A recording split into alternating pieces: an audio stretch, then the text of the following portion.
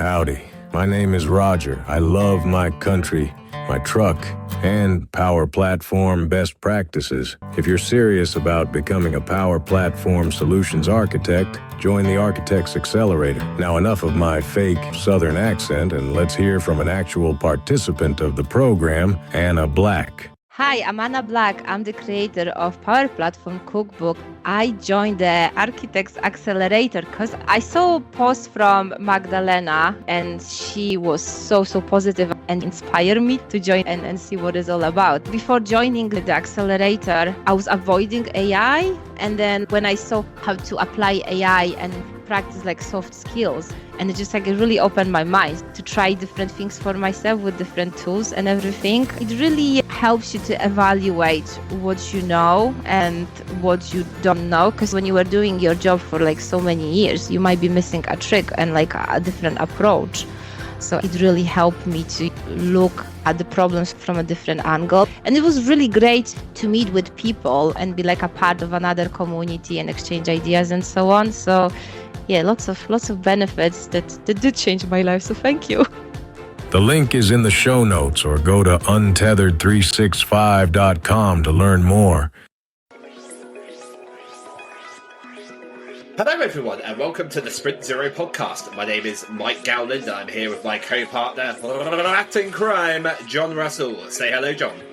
Nice rolling of the R's there. I was just showing people this. I know it's like before Christmas. When this goes out, it's going to be after. So we are going to have got through all of these. Probably April by the time this goes out. Yeah, maybe. But anyway, make sure we only talk about Christmas. Like yeah.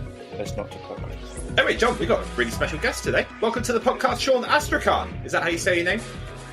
You nailed it. The K is silent, but I'm so excited to be here. Y'all are great. Been listening forever. Excited to be raw, real. Yeah. They've heard enough of you at the start of the episode. Sean is a seasoned solutions architect at Microsoft and the mind behind Untethered 365, our sponsor. He's passionate about teaching others to build robust, scalable solutions in the Power Platform without falling into the trap of over-engineering, which I'm probably guilty of, if I'll tell you later. Today, he'll share some of his top architectural strategies to help us discern the right tools and features for our projects. Sean, did you know you were delving secrets to us today? I do know that now. I know. Okay, cool. Yeah, just to clarify, I contracted for Microsoft in the past. I've done all kinds of contracting for a lot of companies. I'm not a full-time anything. Cool. Welcome to the podcast, Sean. Thank you. This is awesome. Let's do this. Uncomfortability corner. I'm stoked and I'm prepared. I have my notes. Nice. You say nice. Nothing yet. Sean, thanks for coming to the podcast, man. And also, we really both appreciate the sponsorship and stuff because it helps us keep the lights on. And that means a lot. Do you want to tell us a little bit, Sean, about your history and how you got to where you are today? Because I think a lot of people will see you on LinkedIn and stuff, but might not know your background and where you came from and all that kind of good stuff. Yeah. I guess my working journey started... Did I tell you when I got fired twice from a Mexican restaurant? No. I feel like you need to tell us that. So that happened. And then was it because of the underlay? No. Right. And that got me thinking maybe I should, go to college and do things. And at the time, it was an incredible experience because I learned Spanish and I learned the consequences of when you say your opinion too loudly. And in that experience, I thought, okay, and what does this really say about myself and what I want to do with the world? And what I realized what I want to do is make things efficient, because that's what I was complaining about at the restaurant. And in tech, you get to be very efficient. But what I didn't know when I was 17 that I know now is it's all about how you communicate ideas and get people on board and build people up. And how can you do that and write good software, put them all together, and then you can make something that is really impactful and you can be proud of. And I don't think I answered your question at all of how I got there, but that's how I feel about the question. Happy to dive into specifics. I think we got the A and we got the B, and there's just the bit in the middle, but I think we can probably piece it together. But do tell us. I mean, Sean. So you say about the Mexican restaurant. What did you learn then from? Do you think the Mexican restaurant was how not to do things, and then you've worked out in your journey how to best communicate with people?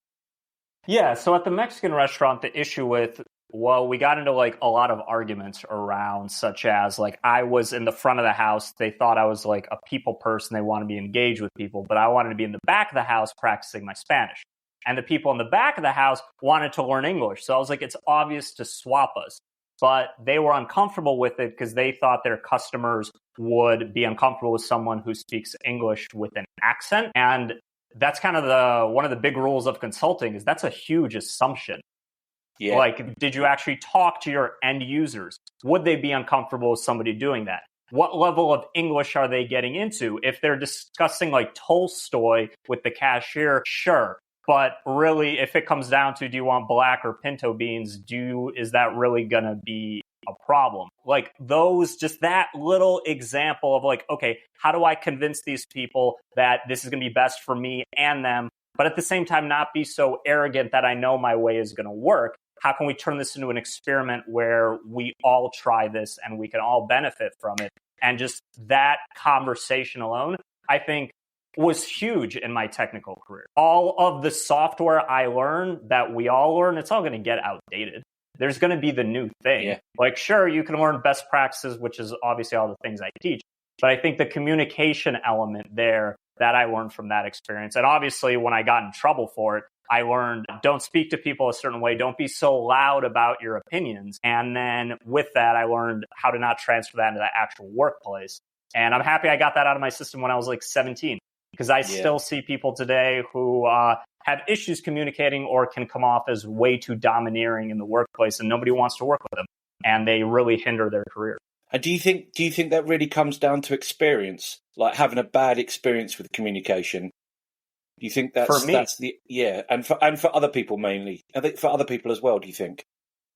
Yeah, I think when you are, for instance, in my example, very confident in what I thought was the right way.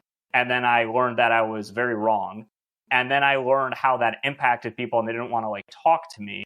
I was like, I never want to be that way. I just thought this idea was awesome. I didn't realize that the way I spoke could then cause you to feel like I think you're like dumb or you're incorrect. And I would never want to make somebody feel that way.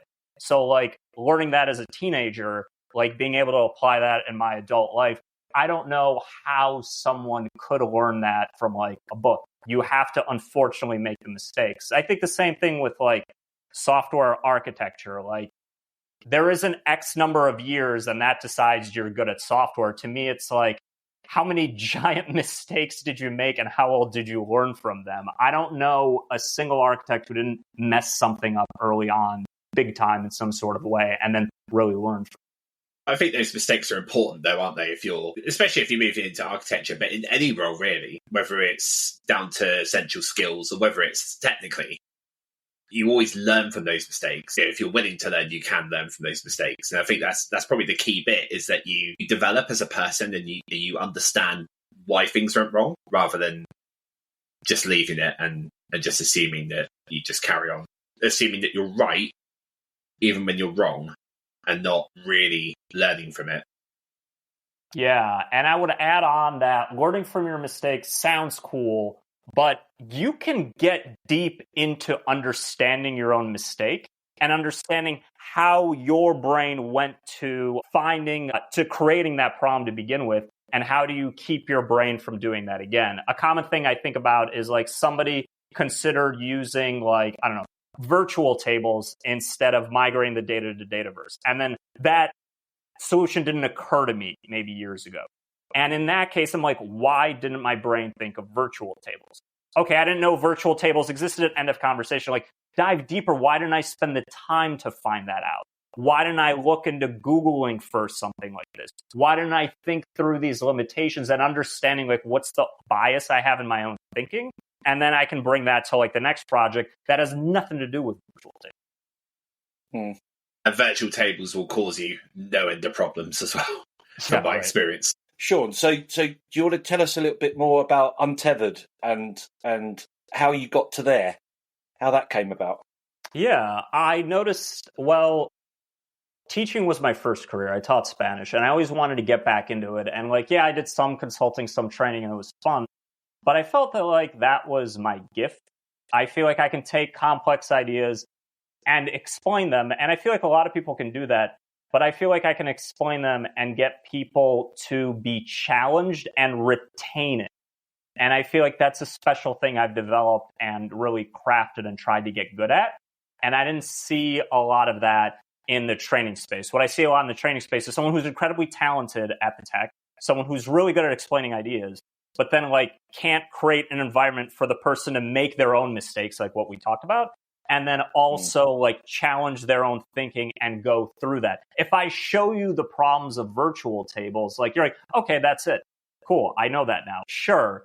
But then do you know that the next time you get a project that's similar to virtual tables, you know to watch out for them and you know what to watch out for? Like teach somebody like how to think about architecting. And that is technology agnostic. And I felt like that's really what made me successful. Like I've jumped from so many tech stacks and I was able to do that because I know like how to approach software. And I was like, I think this is useful. How do I teach this? I didn't want to compete with like April Dunham or Reza Durrani or Shane Young, who are just crushing it on all of like the beginning intermediate areas of Power Platform. They get into some advanced areas, but I just jumped into like, I want to make an advanced thing and see how people respond. And so far they've liked it. So we've been going 1 year. It is a really good course. I think there is a big gap in the advanced training space for Power Platform. There is so much content that's aimed towards the beginner or intermediate level, and for good reason, right? Because these tools are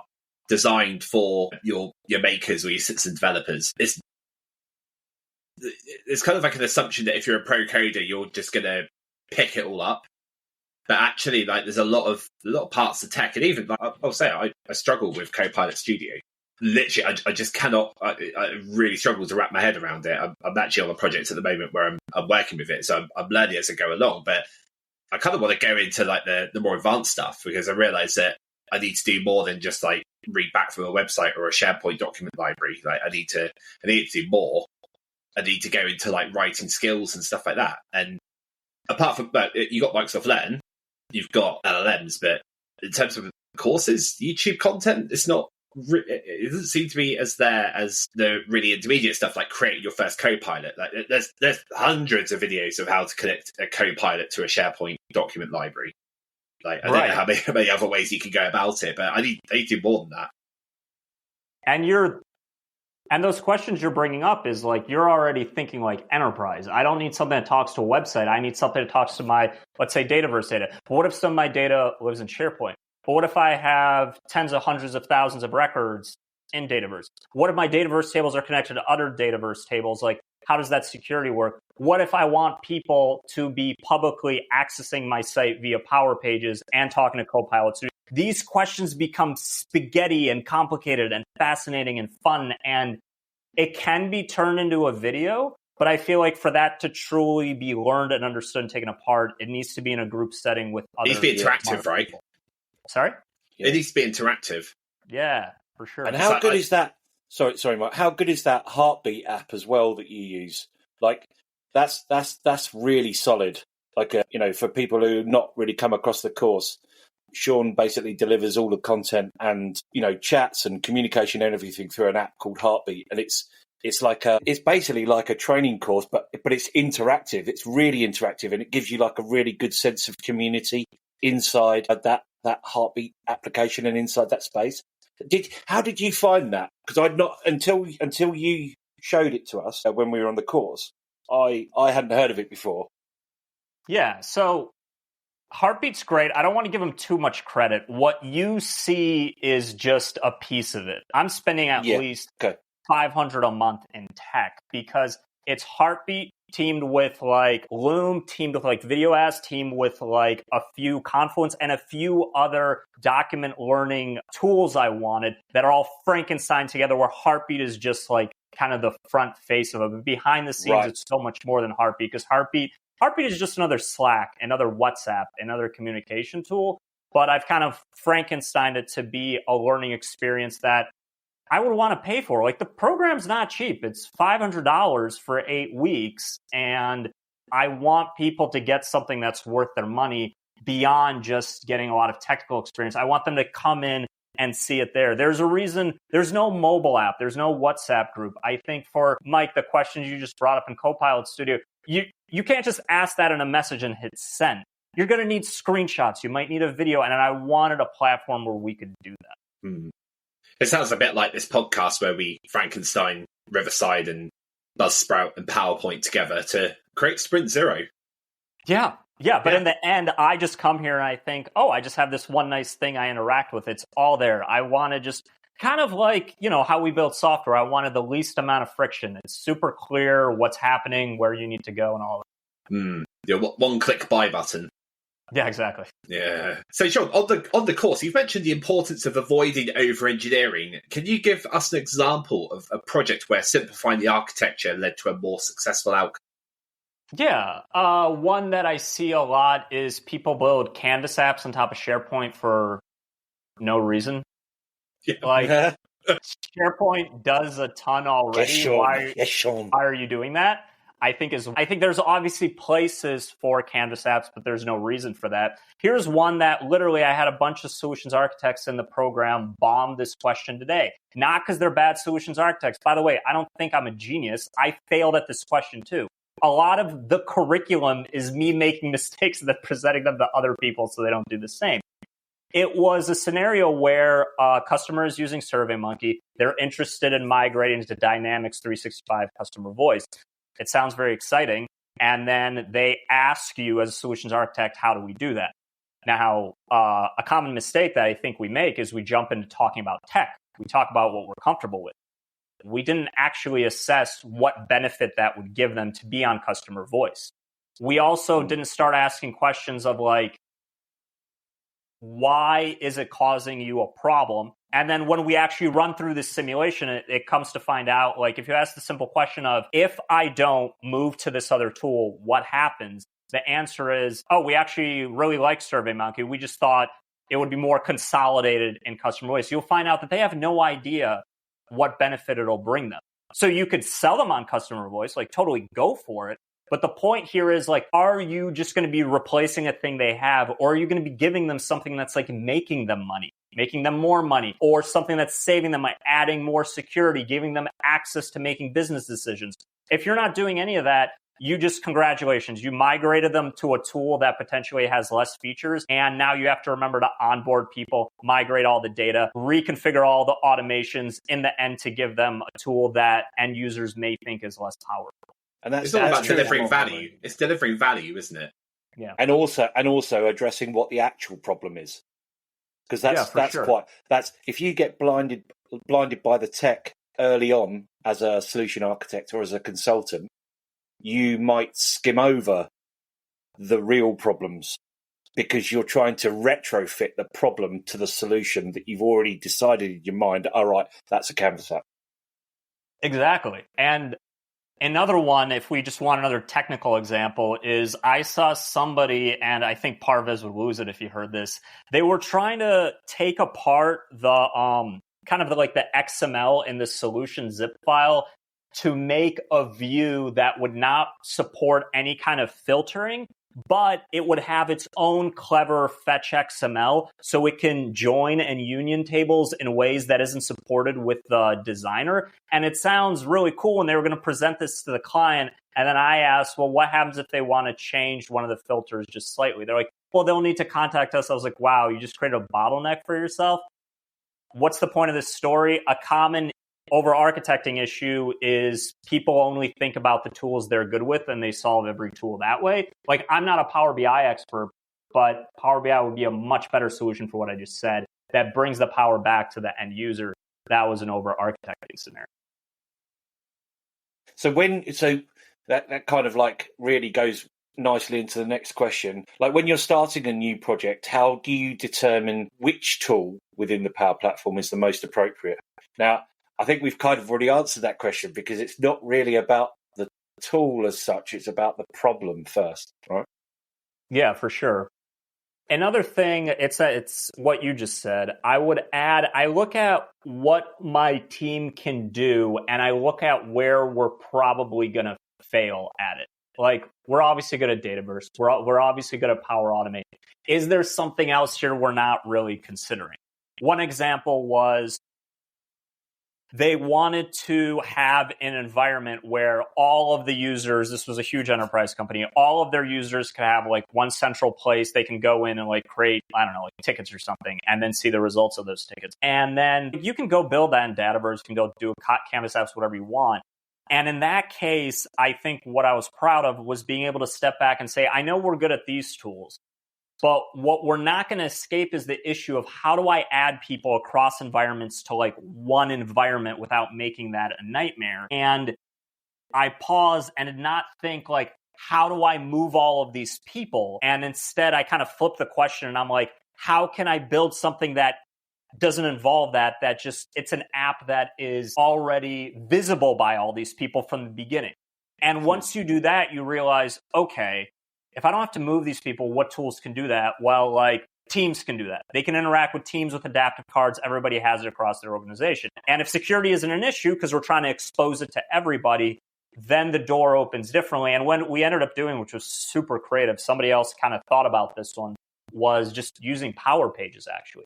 Using Power Pages as an internal website, and then that gets access to everybody. We're not using default Dataverse. We're not using default like SharePoint environment. And then we can make it here, but it still has access to everybody with the least amount of friction. No one's adding any kind of special Azure Entra groups and migrating stuff. We never had to worry about that. It's just, do you have the company email? Boom, you're in the end. Nice. I quite like that, actually. Yeah, it's hard though, because you have to like, I had to not think in Dataverse Power Platform necessarily terms. I had to think about like the problem, flipping the problem, and then think about tools that I don't really know that well, like Power Pages. I love that. I've done that a few times where I've like turned the problem the other way, and then you actually come up with a solution. Like, is it because you can get stuck in Power Platform, right? And looking out and thinking, oh, these are the only services I have, and that's especially true where we've talked about a custom connector code quite a bit, and that's like one of those things. Is like, it's there, just go use it. Right.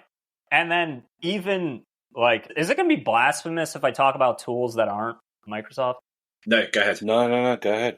So I think like Microsoft says some incredibly powerful tools, but there are other ones. And I think to be a true solutions architect, it doesn't mean take them away from these tools. It means like, is there something that like integrates like a little stronger with it? Like, was it Power Automate Desktop's incredible, but from what I've seen of it, it's all based on taking apart the HTML. And then you get into situations like LinkedIn and other websites specifically block that type of stuff. They don't put HTML tables. They put a bunch of divs, and the divs dynamically change. Yeah. In those cases, to have a tool like, what is it called, like Extracorder or something, that moves the mouse in certain ways and can mimic that action on virtual machines might be a lot better than something that's just like pulling HTML. But you would have to flip how you think about the problem. You don't think about how do I make Power Automate Desktop do this? You just think about what tool can accomplish. Yeah. Can we talk about Power Automate Desktop for a minute? Because I really don't like... I've never been a fan of that level, that side of automation. And I delved into it back in my last role when Power Automate was UiPath. Was it UiPath? Back in the day. And they had a, I think it's actually what Power Automate Desktop is now. To me, it's Wallace and Gromit automation. If you guys get that reference, I think that's a cartoon, right? Yeah, the typing goes. So it's hard. I'm not going to pretend it isn't. It's very, I would say, if you know Power Automate, you're like 30% of the way there for Power Automate Desktop. Like I see, Jenkins, I'm forgetting his name, Jasper, the one who has the Power Automate Desktop course that like Anders. Yeah, he has that Power Anders Automate Jensen. Desktop course. And then I see Agnius Bartnikas. His name is up on my LinkedIn, so I could say it from there. Those two, I see what they talk about Power Automate Desktop, and it's incredible. It's a tricky tool. That's all I can say. It's different than Power Automate. It's like you're entering a different ecosystem. It's like opening up, like, I don't know, SSIS for the first time. It's a whole different wizard. They use it. They love it. They have careers around it. A lot of companies use it in big ways. I fully trust it for that reason. But it has a steep learning curve, and it does scare people. Yeah, I think my concern around it is it's not how easy or difficult it is to use, but I've just never believed that if you have to simulate mouse clicks to do automation, I kind of just don't feel like it's the right way to go about it. To me, I guess it's maybe more of a bit of like a solution architect head on it. It feels very flaky. It feels like one update could break your automation, and it's just like not even a technical update. A slight UI tweak could just completely throw things off. Yeah, I tried to look into Power Automate Desktop at a previous role to help do automated testing of Dynamics customer service. And yeah, it was an absolute mission. It was just impossible. So they ended up looking at another tool called LeapWorks, which is a pretty good tool actually. I was really impressed with that, and that was a Microsoft partner actually internally. So I think the question that I want to throw back to Sean is, being an independent solution architect, do you think it's easier than if you're embedded inside a Microsoft partner? If you're a solution architect and you think, well, that tool's all of the Microsoft stack's not going to do that, so surely we should be using something else. I think it's harder for a solution architect at a Microsoft partner to be able to suggest non-Microsoft products. I think it depends on the consulting company. I've worked at plenty that don't care. They're like, are we bringing value to the business? Do whatever you need to do to get it out there. Okay. I would say I've met very few. I've been in a couple scenarios where I've seen some consulting companies who try to win the deal by, like, let's say they have like some WordPress MySQL stack, and they try to create they're trying to like add a chatbot functionality to it, and so they're going to spin up some Dataverse or MS SQL environment just because that's what they know, and they end up building this like hybrid system for the customer instead of staying in the zone that the customer is already in. I've seen that only once, but overall the consulting companies I've had the pleasure of working with, they didn't give me any pushback on that. They were easily convinced that, like, okay, it's not about evangelizing a certain platform. It's about picking like what is better here. So in my experience, no, they were both flexible towards it. I'll say that when I've had to do it on my own and solution architect it all my own way, it's nice because I don't have to worry about what you just said. And I could just like blow full force, say whatever I want, not worry about like even having that conversation, and that is nice. But then the downside of that is, well, the responsibility is on you. No one else can review your stuff. You're top dog, and then you get paid the big bucks, but then it's like you really look like an idiot if you get it wrong, and that's there's a lot more to learn, right? There's a lot more to learn because there's enough in the Microsoft stack to learn, to know about, let alone other tools out there that potentially are better. Right. That's a steep learning curve. So, Sean, many of our listeners are keen on best practices. What are the top 3 pitfalls you see people fall into when they first start working with the Power Platform?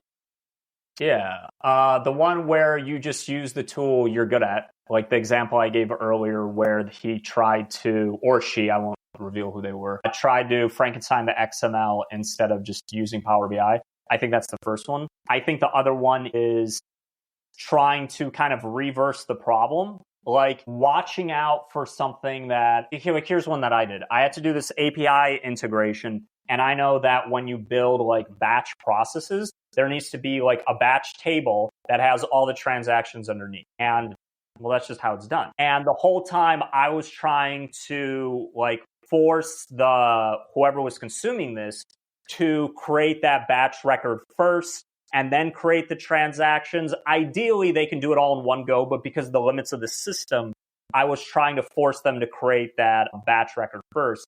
And so I was going in circles on the architecture and the way we could do it because the whole time I was thinking batch record must be created first. But if I remove that, and a different solution architect showed me up, he's like, what if you just didn't do that? What if we just created a bunch of transactions and then we made sure all the GUIDs to the batch were already there, and then in the background, you can trigger it off of there. What we had to do was we stored the like status of like starting the execution of the batch, like making sure the batch is running. We stored all of that on the transactions table, which is a giant duplication and shouldn't be done normally. But in this case, it actually made a lot more sense for how the API was, we integrate with the API. So what's the main lesson here is whatever a best practice is, make sure you're not stuck in it. And if you feel like you're spinning your wheels, like what if you were Picasso and you broke that rule and you stepped away from it? And you're like, what if we don't have to do it that way? What if there doesn't have to be a batch record first? I think that kind of thinking is incredibly hard, but that's something I would advise is like, don't assume this one thing has to be this way. Did you want 3? I gave you 2. I'm happy to show a third. Yeah. The question asked for a third one, so. Yeah. That's it. If you don't, it's the end of the podcast. Yeah. The third one would be write out all your test cases. I know you're not going to do it because it's boring and it takes a while, but I guarantee you that paying attention 5 minutes more will give you like 5% higher salary to your peers. I've noticed it be so much more effective when I've written down like all the ways it could fail, all the things we need to test for. It's so, for me personally, it's so uninteresting to do. I want to code. I want to move on to the next thing. I don't want to sit there and test it again. But actually writing those cases, because I meet few companies that have the full power to pay for in the budget for like full regression tests and full unit testing, just to like manually test those and finding all the ways it can fall apart. Having that spreadsheet of ways that this feature needs to be tested, like you'll be the hero. You'll find stuff no one else will. You're going to look like a genius at your job. I've really saved myself and looked awesome at work just from making a boring list of things. Yeah, because actually, to a lot of people, it is really important. And actually, they don't probably know. It's like a subconscious thing, right? Mm-hmm. They don't know until they don't know until they know. And when they get to that part of the project, they're like, oh, yeah. And then Sean comes in with test plan. Yeah, and go ahead. Go ahead. Sorry. I was going to say, I think this is great for people like early in their career or have imposter syndrome and they don't know how high they can go. I'm like, where you can stand apart is pay a little more attention. In the meeting, like, don't space out, don't check your LinkedIn, like, try to really listen to what the person is saying. Make your test cases. You will be far better than somebody who has 10 more years experience than you. Someone who's overall just smarter than you in tech because they missed out on that human element and they are definitely not doing those things. I mean, in today's world, it's so stimulating with all like the distractions we have. So if you can be undistracted for longer, you have a huge edge. So I heard a term today and it was used quite a lot by one particular person today. And the term was rigor. And I haven't heard that word for quite a long time, but I think that's quite pertinent to the conversation that we're having here. Like, just take that little extra time to really look at your data. Is the production environment good to go with a deployment, with the data that's there? Do we need to do anything to the data to make sure that it's, sanitized or correct? Take that extra step. And it might not be you that takes that extra step. It might be the client. It might be, I don't know, solution architect. It might be a tester or something. But yeah, that was really interesting today. And the person really nailed it on the head when he said that. I thought it was really good. Yeah. The question that we were going to ask next, which probably isn't really a very it's a real crap question. So, because we were going to ask, if you could create a power app to solve any everyday problem, what would it be and why? But really, I think that question is just it's shit. Because it is, but it isn't. You just need to change power app to solution. Yeah. Okay. So let's go with that then. If you could create any solution to solve any everyday problem, what would it be and why? Just to say that John was going to ask that question, not us. It would be an app that, can I just say any app that I think should exist? I feel like that's the spirit. Yeah, it's fine. Yeah, if it wipes are in us, yeah, it's fine. It would be an app that can assess what you're best at and what you like doing and how you can make money on those things. Isn't that just analyzing your Google search history? Well, Mike, I don't know about your Google search history, but I don't think mine is going to get me to there. Oh, of course you use Bing. Yeah. Nice. Yeah, no, that is a lot of people. I think that's the hardest problem in life. I think finding a partner, finding friends, finding a high-paying job is so much easier than finding a way to get paid for something you really love doing. Yeah. That is hard. I know very, very few people who have that. I think there will come a time where, and maybe it's not in the too distant future, where you would be able to, using our old friend, or not so old friend, AI, have some kind of personal assistant which, really listens to you and, the things that you're good at. The problem I think there would be with that is A, the amount of data that it would need, and B, where that data is. They're the key things, because it's personal identifiable information, right? I mean, it's beyond PII, really, isn't it? It is, yeah. It's like your soul. It's like the digital imprint of your soul, basically. Because that's most people take. I mean, it's taken me like, I don't know, how old was I when I went? It took me 42 years to realise consultancy is what I should be doing. And it took quite a major kind of, but not specifically to me, but it was like quite a big life event for me to think, right, okay, yeah, the stuff that I'm doing that's bollocks. I need to do something else that's more worthwhile. Is this, if I can flip the interview, do you love it? Yeah. Yeah. Oh, yeah, I love it. Every day I love it. Wait, what are we talking about? Your Google search history. Yeah, not that. I think that's beautiful, but that also, the app I said why I think it can exist is because AI runs on previously collected data. And what I'm talking about is your job might not exist yet. Like, it might not be a thing. It might be invented in the future and you have to get there. Like, for Uber, I think he didn't start as, I'm going to invent Uber. I think what he started as, like, I'm going to start a service where we can split the cost of gas on the trip. And then the next phase of that was like, this is pretty cool, but can we invent an app that lets me borrow my friend's car? And then that eventually evolved into, wait a second, what about I can borrow a stranger's? What about forget borrowing a car, a stranger drives me? And those iterations from phase one, it's like, what do you want to do with your life? He couldn't even imagine what Uber would be. And it's not about iterations, because that assumes like your first version is just going to get better. It's like your first version and your final version are completely two different things. You just had to go through that gauntlet.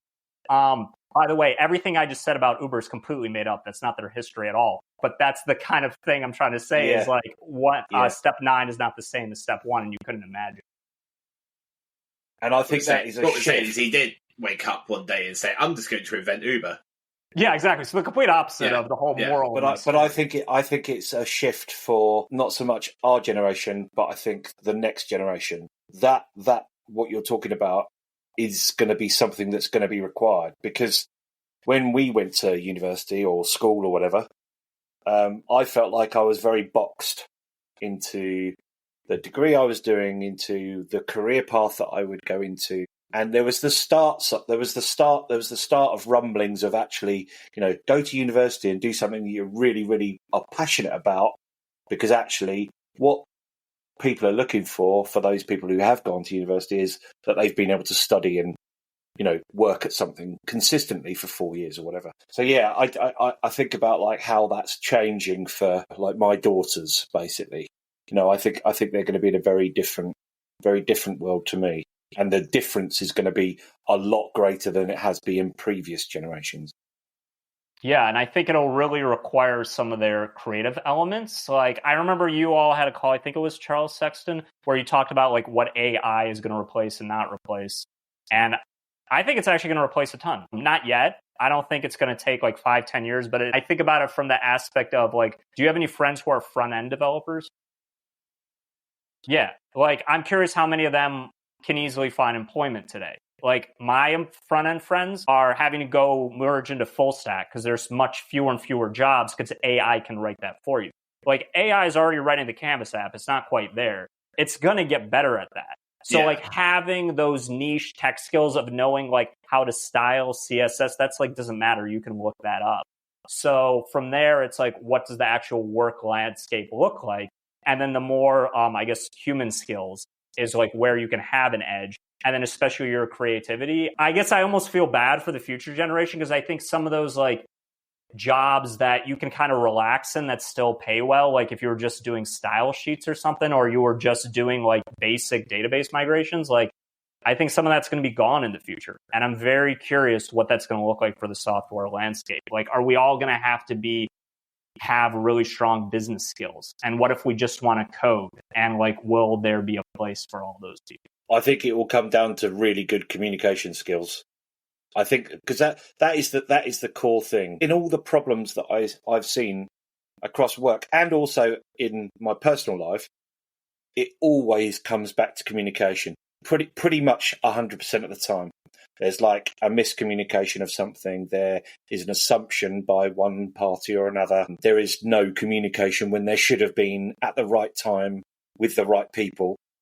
And I think if you are good at being able to have, really honest conversations and care for people, then I don't think AI is going to ever replace that. It's not possible because that's what it kind of means to be human, I think.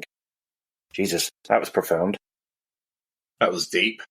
Right, moving on. Do you know Let's what's get really uncomfortable. deep? Yeah. So, Sean, you know what we're about to talk about. When was the last time you felt uncomfortable, whether that was in or out of work? Explain how you felt, how you managed to get through it, and what did you learn from it? When you asked me about my Bing history earlier, so I guess the last time I was truly, I've been giving this a lot of thought. Am I allowed to swear? Yeah, of course. Sure. Douchebags in the workplace. That's, I think, where I felt uncomfortable. It hasn't happened in the last few years. I'm very grateful for that.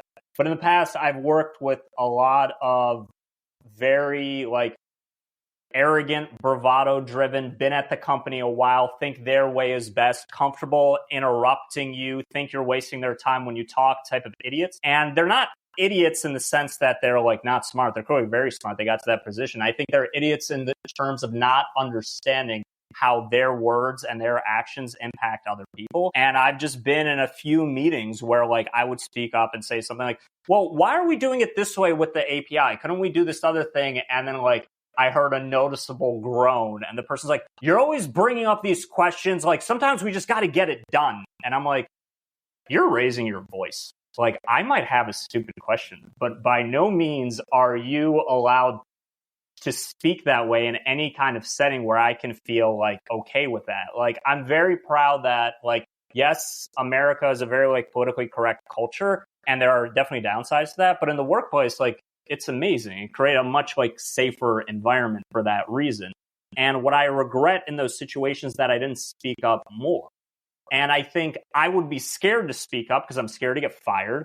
I'm scared to be wrong. Or I'm just put in a fear or frozen state because of the way the person spoke to me.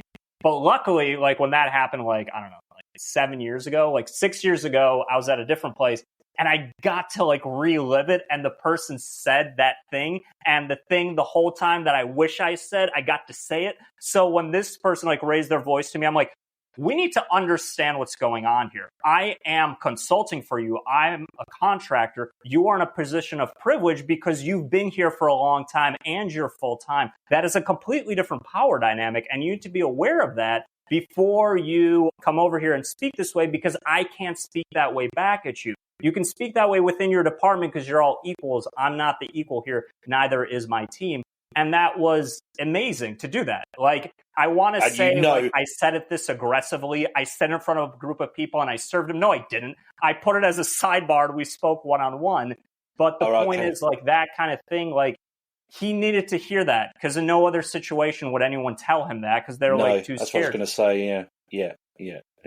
And it's whether they learn from that though. That's the thing. And I'd like to say there are some people who get told something like that. They do listen and they do take it forward, but I don't know. I'd love to see the statistics on that, but no one's going to answer that survey. Yeah, of people abusing their own power. Yeah, and it wasn't even it was a fairly small company where this person said this, and the fact that he spoke that way, I don't think it would be a lot harder to speak that way at a much larger company. But regardless of the company, we don't talk that way. That's why you speaking that way is not going to really push the goals of what we're trying to do any faster. Nice one.